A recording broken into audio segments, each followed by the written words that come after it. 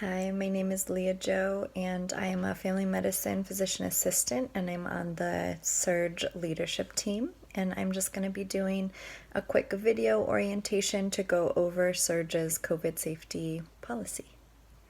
As many folks have been following in the news, we are at a all-time high spike of COVID nationally, and we know that the current administration has been completely failing to implement any leadership to keep us safe. So we have to protect ourselves and protect each other, and keep our communities and our families safe, especially folks who are most vulnerable. So SURJ wants to make sure that in our canvassing work, our volunteers are fully informed and really committed to preventing the spread of COVID and reducing risk in all ways possible as we throw down for the Senate, and work to build way working class organizing for multiracial wins in the South.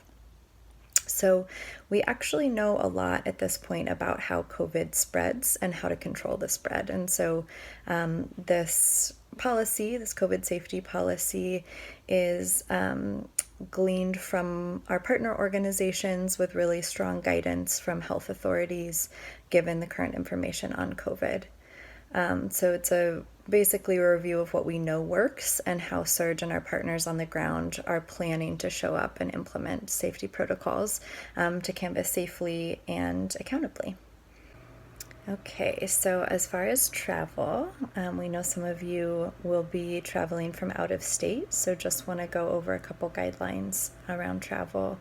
The first thing that's important is that leading up to our time in Georgia, everyone really follows safety precautions as much as possible, especially in the 2 weeks leading up to being on the ground canvassing. So that includes commitments to socially distance, to wearing masks whenever out or around other people, and to really minimize contact outside of folks' pods or bubbles as able, given people's work and life situations.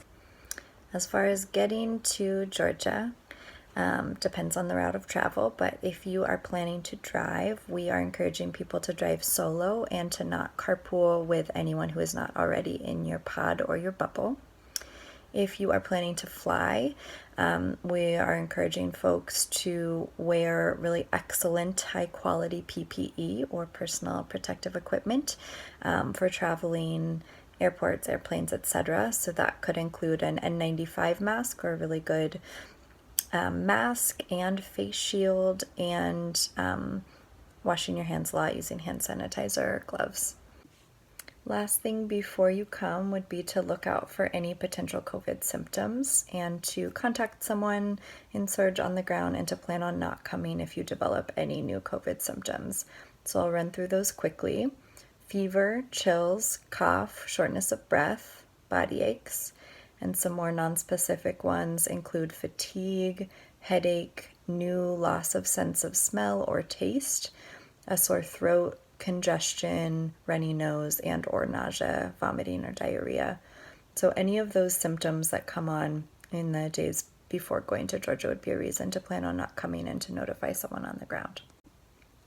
All right, now you've made it to Georgia, and we are going to talk a little bit about being safe on the ground and as we canvass and connect and do our thing. So there'll be some kind of office space. There'll be several different office spaces where folks will gather to canvass, and some of the details will be shared with you on or before your arrival. But in a general sense, folks will be, if volunteers are going inside, it'll be with a lot of safety precautions, or canvassers will gather outside. I'm going to talk a bit about PPE and what to wear while you're on the ground. So not all masks are created equally, and it's important that you are wearing good quality masks to protect yourself and to protect other people while canvassing. So you want a combo between good breathability and something that's really protective. So I'm going to go through a few of the main high quality kinds of masks that you can choose from. So there's N95 masks, which filter out 95% of protocols. There's KN95s, which are pretty readily available and easy to purchase, not too expensive, which also filter out about 95% of particles. And then there's surgical masks, which you can also buy, and these are not quite as protective, but they're still multi-layered and good protection. And then the last when I say good quality mask, would be a cloth mask, but one that is 3-ply, so 3 layers generally of cotton together. So bandanas, masks that are like made of 1 layer or even 2 layers of cotton are not as protective and would not recommend wearing those for canvassing. When and if folks are inside shared office space together, we're asking that everyone wear one of these high quality masks as well as a face shield when indoors together, and these necessary PPE will be provided as needed. And then when folks are outside, we're asking that everyone wear masks and socially distance, and face shields are not necessarily required for outside time. We're asking the folks wash your hands frequently, use hand sanitizer, keep it on you. And then just a quick note about ventilation. Any of the office spaces will be working on making sure that there's good ventilation, and ventilation is huge for indoor spaces for safety precautions with COVID. So there'll be figured out some equation of max number of people that is safe to have in an inside space with a combo of airflow and good ventilation, either with a good air purifier or a good air filtration system in the indoor space. And that will be figured out by the amazing leaders who are organizing on the ground.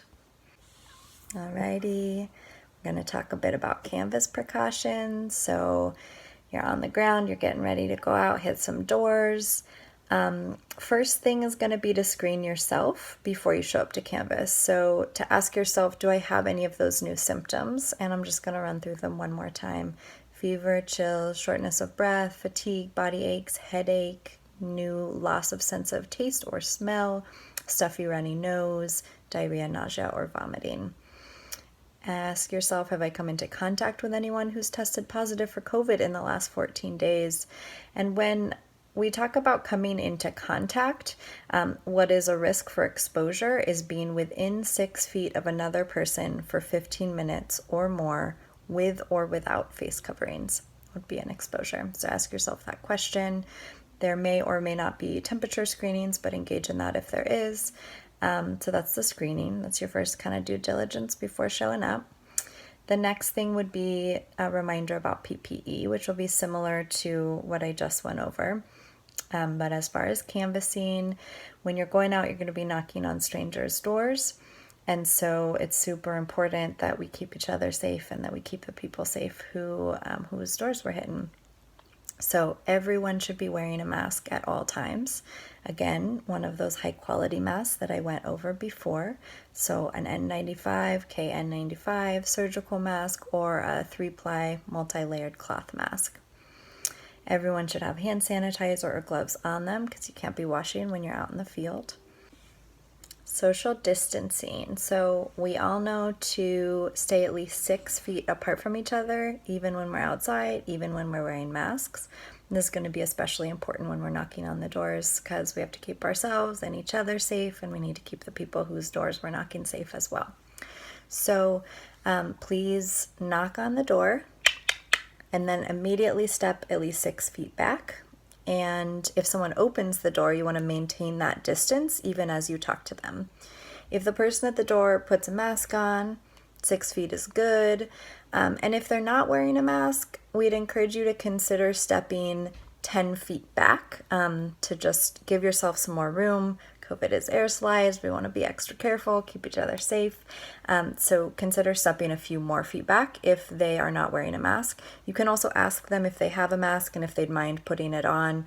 And if you don't feel comfortable doing that, just step a few feet back. And then ask that people maintain and respect that distance. The other thing that's going to be important to keep ourselves and each other safe at the doors is to limit interaction time. So conversations at the door should be limited to 5 or 6 minutes. And other field guidelines would be to drink water, eat snacks safely. So further away from your buddy that you're going out to the doors with. Whenever you remove your mask, you want to be far away from people, even if you're outside. And also don't engage with anyone who you think could be exposed to COVID. Don't accept food or water from people at the doors or people in public. And in the car, if you are driving around just in the field with a buddy, wear your masks at all times. No more than one person per row, so 2 people maximum in a car, like a standard sedan. You can either have windows on both sides open, so you're getting really good airflow, or wear a face shield. Both of y'all wear a face shield as well, and have like the AC blowing or ventilation, again, cross ventilation in the windows at all times when traveling with another person. All right, I'm going to say a couple things about testing. There's a lot more here. We'll just cover what we can. Testing is awesome. It is covered by all insurance because of the CARES Act. And for people who are uninsured, there is a federal fund that should cover testing. So everyone should have some access to testing, though it varies greatly based on where you are. Testing is great and should be done widely and available readily, and it is imperfect. And so for it to be effective, for it to be an effective screening test tool especially, it has to be understood and used appropriately. So I'm just going to share a couple tidbits. Basically, the rapid antigen tests are not very reliable for asymptomatic screening. They have a pretty high false negative testing rate, but they're really effective for symptomatic people. And the PCR nasopharyngeal swab, which feels like a brain tickle, that one is a really good standard test, but it's not always accessible. The best window for testing is between days 5 and 7 following a possible exposure. And testing is not really useful if it's done before 5 days following a possible exposure, which is why especially the rapid antigen testing, which is most widely available in many places, is not a great just random screening tool, because for it to pick up a positive, it would have to be a pretty specific window.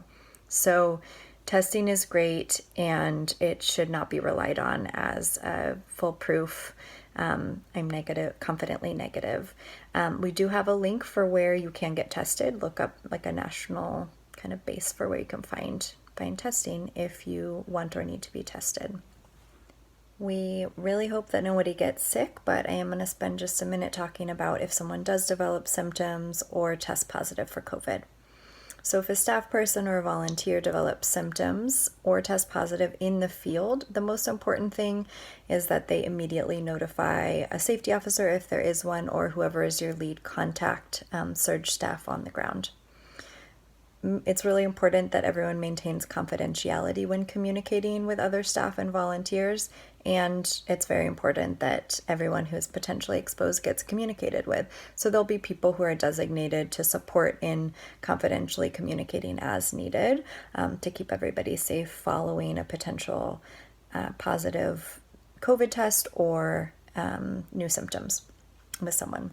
So within 24 hours of someone testing positive, there'll be a contact tracer who should interview that individual about anyone that they've recently come into contact with. And we've talked about contact, right? So over 15 minutes, within 6 feet, with or without face coverings.